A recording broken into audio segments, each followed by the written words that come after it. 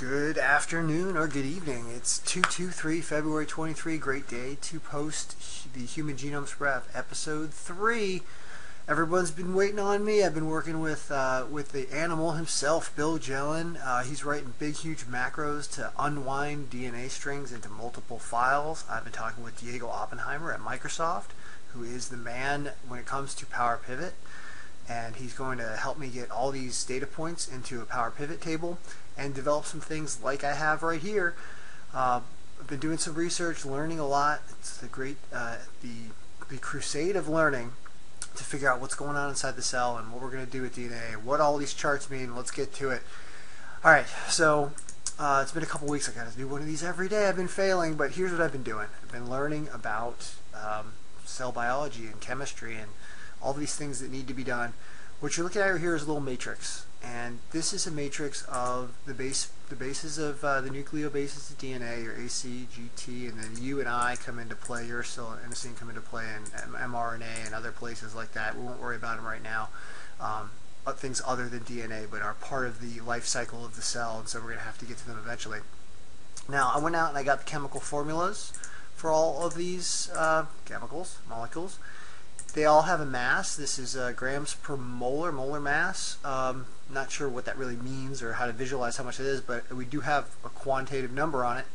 And you can see that the two purines are the big ones, adenine and guanine are the two big ones. They're bigger and they are more dense, although cytosine is almost as dense as adenine here. So we've got some density here. And for some reason, thymine is to the negative cubic centimeter. I got to figure out what that means and make sure I have the right number here, 1.23 and 126, because the measurements were different for thymine.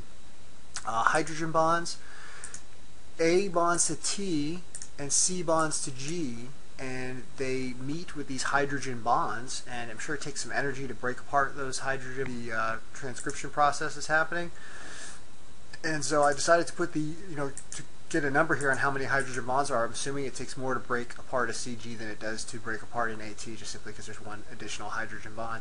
So I have these values here, and I spoke with Diego, with Diop at Microsoft, and he was telling me about how to create relationships in Power Pivot, some things I still need to learn, but apparently we can do this pretty easily. We know C has these values.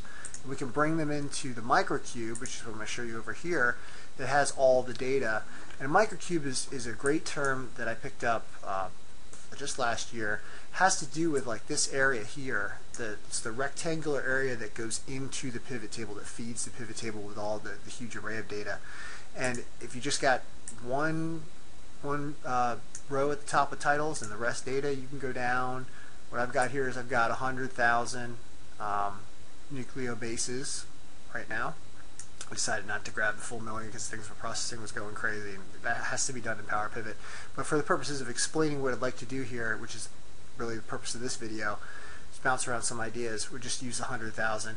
I don't know what chromosome or what part of the DNA this came from. This is part of a file that Bill Jelen sent me. Mr. Excel is just working hard up to like 4 a.m. a couple weeks ago. I feel bad I haven't done this video sooner. So I've done a few things here. I've got a sequence, 1 through 100,000. I've got a couple magnification columns where I just shrunk this down for use in the pivot table, which you'll see later, so don't worry about that. Here's your base. So here's your A's, your C's, your T's, and your G's. I brought in the molar mass with a VLOOKUP formula to my matrix sheet. So it's pretty simple. BI is just a range that I created. VLOOKUP, look up this thing from this range here and give me, give me the molar mass or give me the density, just depending on a simple VLOOKUP there, if you know anything about VLOOKUPs. So that's how I got in the density and the mass and the hydrogen bonds. Now, the sequences are more difficult. This is where we feel like we're going to run into some issues. There's a system that the people who do this type of research, bioinformatics community, geneticists, people that are mapping genomes, they use something called BLAST, B-L-A-S-T, which is a long acronym for a system that checks for sequences in large things of data. So we're trying to replicate what the BLAST does, but in the Power Pivot DAX framework coding structure. Okay, well here's how we do it without DAX, because my simple feeble brain can do it here. I created a 2 base sequence and a 3 base sequence. Theoretically, I'd like to be able to go out into almost infinity to be able to do millions of bases of sequences out, as much as we would want. I want to be able to pivot on the fly and do what we need to do. So here, it's very simple. You just change your code. Say I'm looking for A's and C's. All this stuff over here is going to change to true if it's AC in a row right here. So like here's an AC. So that's why that went true. And you can see I made them all pop out in green. So that's my 2 code base, and that's just a simple formula. Same idea occurs here with this. I made this GGG. Let's do TAC. I've seen that pop up a lot. So let's try the TAC. So these all change automatically. Now doing this with billions of characters and figuring out the secret, that's where this real processing speed and it's going to be interesting to see how we can do that. So I've just changed this stuff, and now what? Well, now we get into the pivot display, which is the fun part. So I just made some changes. So I'm going to refresh one of these tables. They're all connected. I've created pivots off of all of them. And what we're looking at, some fun stuff. We're looking at a breakdown by, because I have 100,000 nucleobases in there. You're looking at a breakdown of 10,000 each here. 10 times 10,000 would be 100,000. This is the molar mass. So notice it is not uniform throughout. The mass of each 10,000 nucleobase character set varies across different things. So this is heavier. At the end of this thing is heavier. Hydrogen bonds for the same area. You can see this. I found this really interesting. You have 3 or 2 hydrogen bonds, depending on whether it's an AT or a CG. The AT has 2 and the CG has 3. If you look at here, there's 24,000. About every 10,000 thing, there's 24,000. Look at how close the distribution is of hydrogen bonds. The furthest you can get apart is 65 to 52. That's only 13 bonds difference in all of these 10,000 character sets. I'm amazed at how close that is. It just means that there's such an equal distribution of A's and T's and C's and G's. That's very, very, very close across this genome. I also have a density level right here, and this is an average density that you're looking at, and so also relatively steady, although I'd like to see where there are fluctuations. That would mean it'd be a more dense area. Maybe that will generate more dense proteins in that area. I don't know. We're going to have to see. But it's interesting to look at. Now, what's great about comparing and having fun with this is now we can say, all right, well, we have like character sequence strings we can check out later, but let's just do some analysis. Let's say that we are interested in this outlier, the most massive part, the most massive 10,000 of this genome sample. Well, we can go to the 10,000 string slicer that I've created here, and I can say all I want to care about is this last section, this 10 section. So I'm going to click the 10, and everything's going to change automatically. So I'm going to expand these other pivots, and you're going to see what's going on inside the 10th area. Expand. How about you expand over here? Find a better way to do this.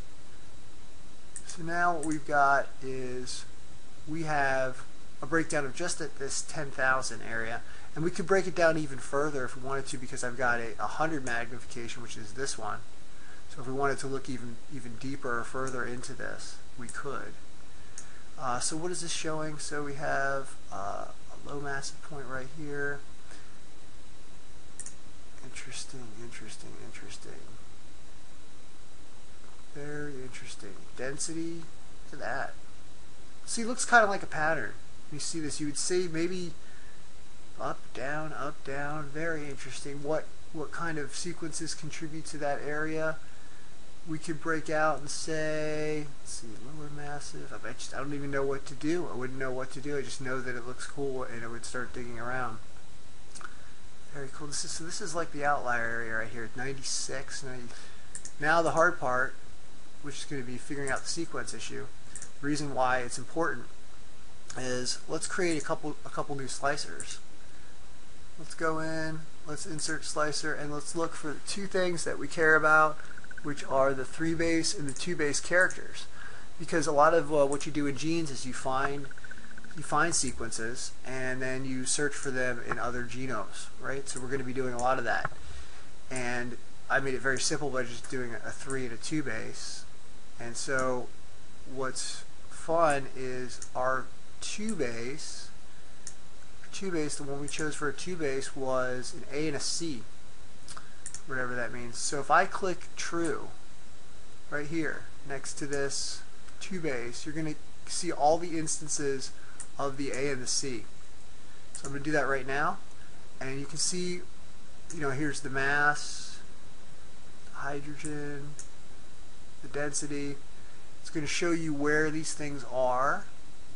2, 3. So yeah, anywhere where there's a higher mass, because it's only recording all ACs, it's showing where the most instances of AC exist, and that is in the 8th 10,000 of things. And density all the way across should be uniform, shouldn't it? If we're just finding A's and C's.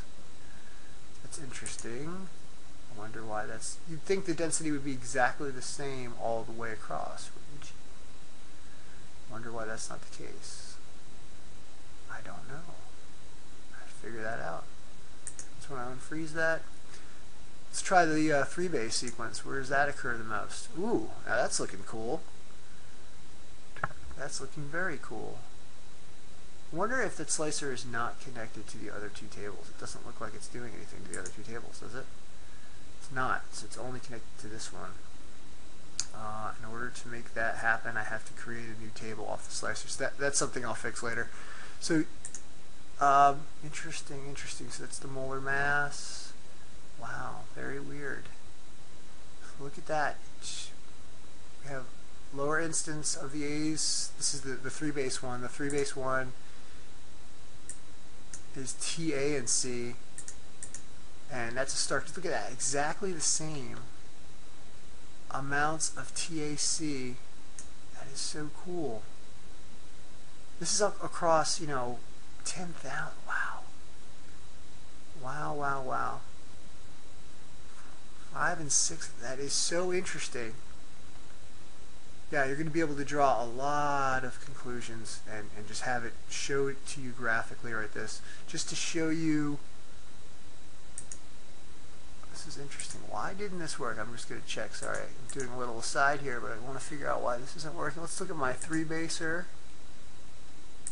So when I go here, I guess I have them connected to separate tables. You can't connect them all to the same slicer. Yeah, this is, yes, exactly. Your density is exactly the same. That was the density slicer that I was working with right here. So the density should be exactly the same when you put the same sequence all the way around. That's exactly what I thought. So let's get rid of my 2 baser. Hydrogen bonds will also be exactly the same if I do a slicer for hydrogen bonds. Then you're going to see the same thing under the 3 baser. Bear with me here. And true. Yeah, oh yeah, sorry, you're only going to see the same hydrogen bonds when it's the same number of the sequence right there. So yeah, so in other words, you're going to see less energy put into the TAC 3 sequence in the 50,000, 60,000 character sequence range of this 100,000 character DNA sample. Wow, cool, and double cool and triple cool. It's almost as cool as the Microsoft Surface, where I was messing around with this last night. And I did a video because I've got it all on here as well, having fun with all this and playing with it on the Surface. Doodaloo, doodaloo, doodaloo. Yeah, it's a blast. That would be the goal. You walk in your doctor's office with your Surface. Hey, take a look at my genome. Something's going on here. I need some gene therapy to fix this part of my DNA that has mutated. How cool would that be? So this is episode 3. In summary, I think Diego has pointed out that this will be easy, creating this relationship in PowerPivot. This, maybe not so easy, doing all the sequencing, especially out into infinite possible sequence, not infinite, I guess millions possible sequence strings. So we're going to get on that and get moving. Got to do these every day. We've only got so many days left until we figure out how to synthetically recreate all of our cells and live forever. So the clock's running, clock's ticking, and this is looking cooler and cooler every day. I plan on learning things. If I'm doing something wrong and I don't know what we're talking about, please let me know, because this thing is going to get built out to show all the different structural relationships to the cell and all the areas of the cell, and it's a very complex place. It's an ecosystem like you wouldn't believe down there. And so we're going to have to build out many different columns to see how these things interact and encode and start and stop, and the proteins they make, and endoplasmic reticulums and Golgi apparati, and all things that are going to be connected to this as it builds out, and we filter it into the table and figure out what the heck our genome's doing. Very, very cool. So there you go, episode 3, 223. No better day to do it. I'm going to be back with another one tomorrow. We're doing this every day now. You heard me. So, Ken Stock out.